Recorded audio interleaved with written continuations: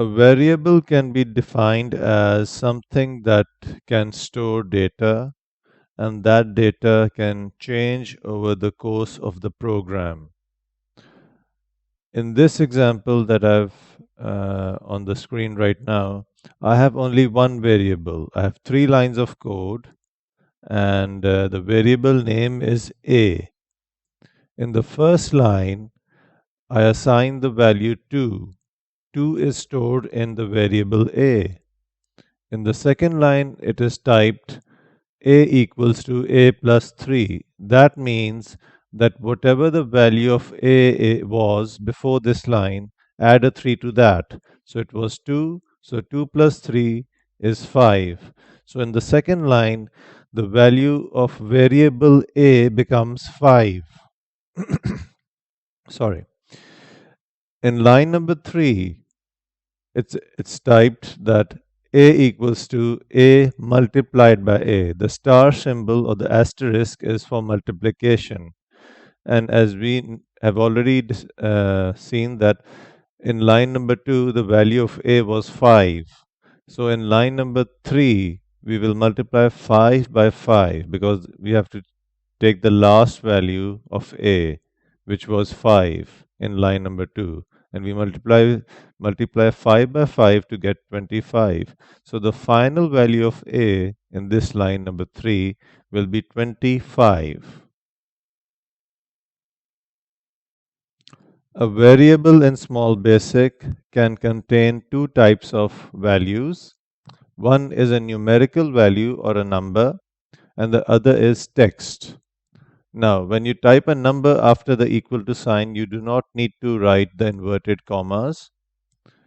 And when you type a text as a value for a variable, you need to type it within the inverted commas. For example, in this example from page number 29, M is a variable. Now, M has some text stored in it, which is L2. It has a letter and a number, so we'll treat it as text. It can't be treated as a number, and we cannot add or subtract this data. This has to be written between speech marks or inverted commas or double quotation marks.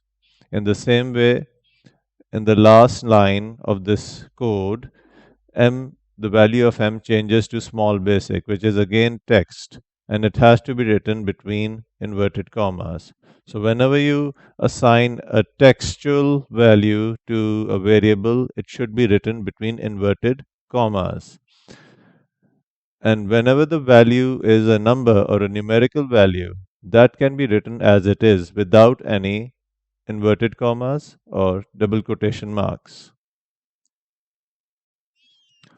Now, in this example, on page number 29 of our book, ICT book, grade 5's ICT book, we have been given a question to write all the variable names in this code. So we have the variable A, which we initiate on the first line, and it's been repeated on line number 2 and 6 and over, but we will not count it as a separate variable on line number 2. It's the same variable. So we have variable A, we have variable B, we have variable M, we have C and D. These are all the variables in this code. So in answer to the first question on page number 29, we have 5 variables: A, B, C, D, and M. For the second question on page number 29, in which we have to write the variable names in one column and their final values in the other column, we have to track the values of each of these variables as in each line of code. So in line number 1, the value of A is 2 because A equals to 2. Then we change the value of A to 5 because it's typed A equals to 5. So in line number 2, the value of A is 5 and we haven't changed it after that. So A is 5 so far. In line number 3, we introduce the variable B, and its value, the value assigned to it is 6. In line number 4, the value of variable m is L2. Okay, that's text. Now we introduce another variable in line number 5, that is variable c, and it's typed c is equal to b. So c will get the value of b, whatever the last value of b was, that will be assigned to c also. So the last value of b was 6. So c will also become 6. The value of c will also be 6. So far, the values of values of a variable a are 5, b is 6, and c is also 6, and m is L2.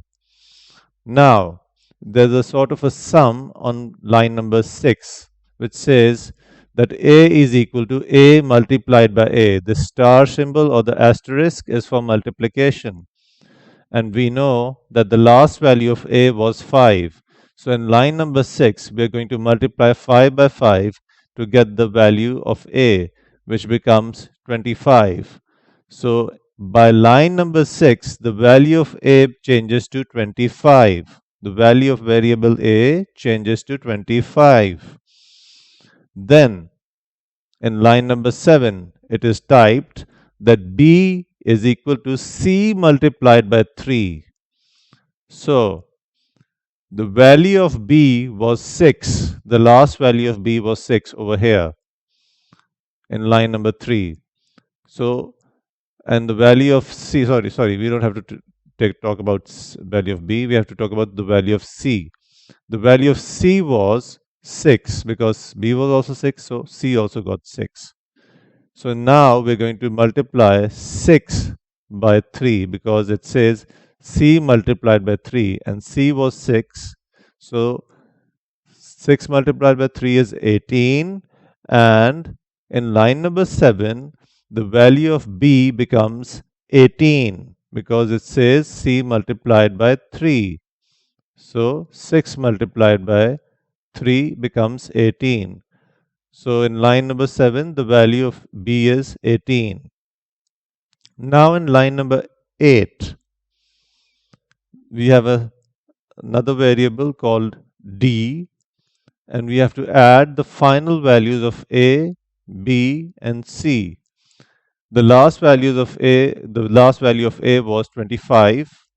The last value of b was 18, which we changed here in line number 7. And c remains 6 because we haven't changed it after this line. It remains 6. So we have to add 25 plus 18 plus 6, which is 49. So the value of variable d is 49. And in the very last line of the code, it is typed that m is equal to small basic. So the value of m changes from L2 over here to small basic over here. So the final values of all 5 variables are as follows. A is equals to 25, B is equals to 18, C is equals to 6, D is 49, and M is small basic. I hope this helps because it's a bit confusing, but normally we don't do these sums or in small basic when we're programming. We only use variables for as you learn later in the later chapters, but this is just for practicing and it's a theoretical topic, at least for now. We'll use variables in the later chapters. Now you can also use graphics window.show message. That's an action of the graphics window to show the values of each of the variables. So if I just click on run, it gives me a pop-up window. So here we have the value of a, 25. Okay. Then we can change it to b and get its value displayed on the message box. It's 18. Fine. Then in variables, then we'll put c here. and run it. That's 6. The last value of C is 6. And if I write D over here and run it, it's 49. And I can also display the value of M over here.